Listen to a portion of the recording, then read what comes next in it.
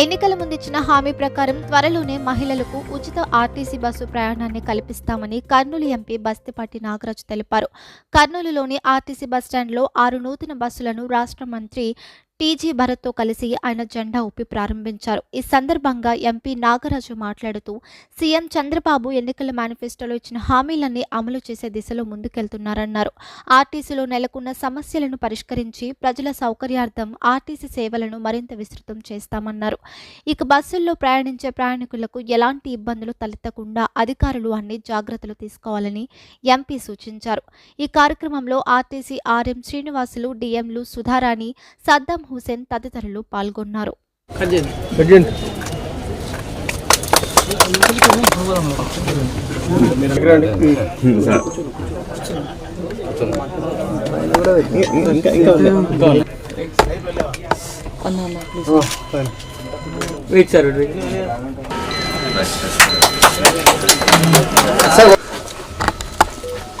సూర్య ఓకేనా?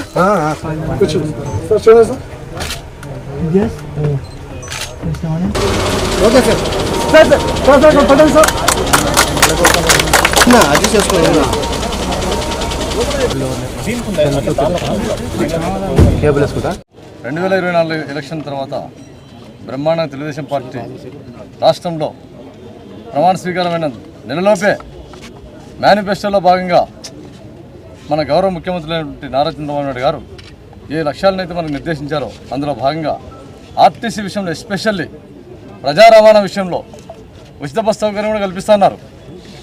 అవి కల్పించడానికి తదుపరి సంతకం పెట్టే కంటే ముందరనే ఈ ఆర్టీసీని ప్రక్షాళన చేయాలనే ఉద్దేశంతో కొత్త బస్సులను కూడా ఈరోజు బ్రహ్మాండంగా ఈ కర్నూలు డిపో నుంచి మనం ఈరోజు మన గౌరవ మంత్రివర్యులైనటువంటి టీజీ భరత్ గారి సమక్షంలో, ఎంపీ ఆధ్వర్యంలో, ఆర్ఎం గారి సమక్షంలో బ్రహ్మాండంగా ఈరోజు ఓపెనింగ్ చేసుకుంటున్నాం. అంతేగాక తెలుగుదేశం పార్టీ బడుగు బలహీన వర్గాల కోసం ఏవైతే మేనిఫెస్టోలో భాగంగా హామీ ఇచ్చిందో మీరైతే అన్నీ చూశారు. ఉచిత తీసుకోవడం మన 8వ తారీఖు మొదలైంది. పెన్షన్లు కూడా 200 నుంచి 2000 చేశారు, 2000 నుంచి 4000 చేసిన ఘనత కూడా తెలుగుదేశం పార్టీది.